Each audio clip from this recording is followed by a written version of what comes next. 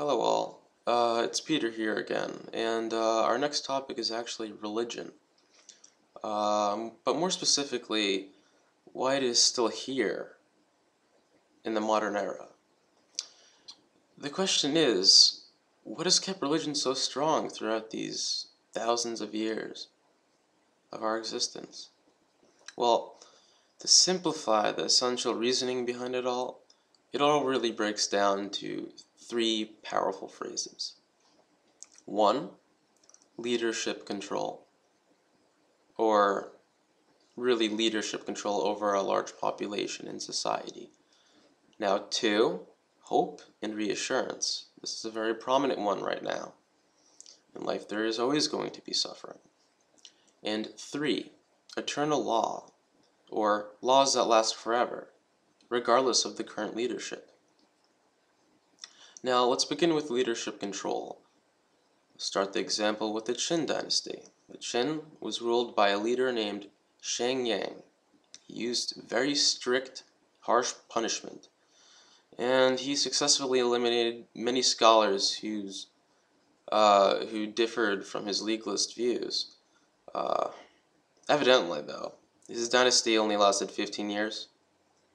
It's really not that long, from 221 to 206 BC. Once he died, his son took place as the emperor, and he was still a kid, new and vulnerable, and a rebellion took place, ending the Qin dynasty and putting the Han in reign. So, now let's compare the Qin dynasty to a much more extensive dynasty known as the Shang, right? That dynasty lasted 1,000 years.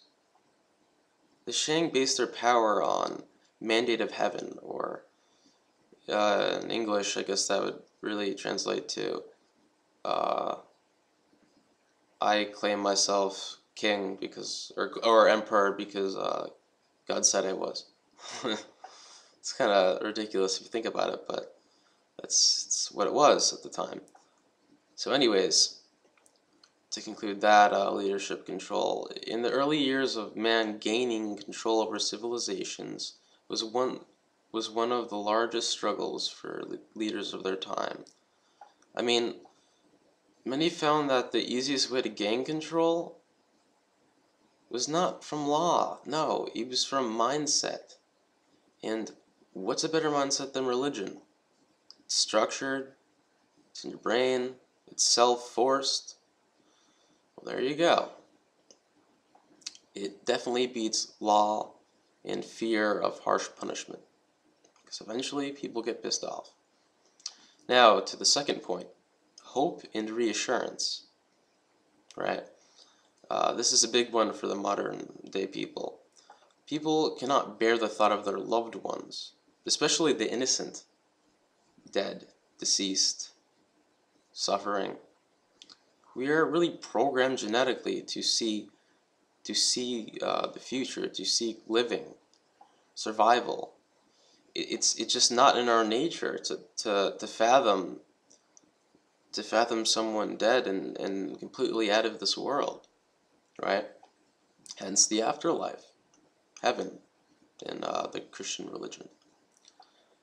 Okay, now, so the next one.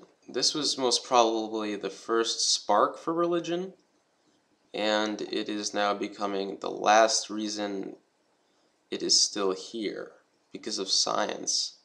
You see, science is swiftly and accurately replacing the gaps of knowledge that we once sought to fill, aka the questions of life and nature.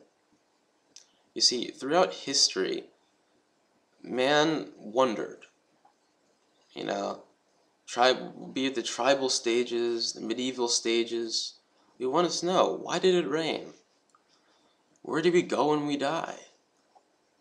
What's beyond the sky? And all these questions, they could all be answered from religion. Religion back then was really science. They brought logic to the people of their time. It brought reasoning.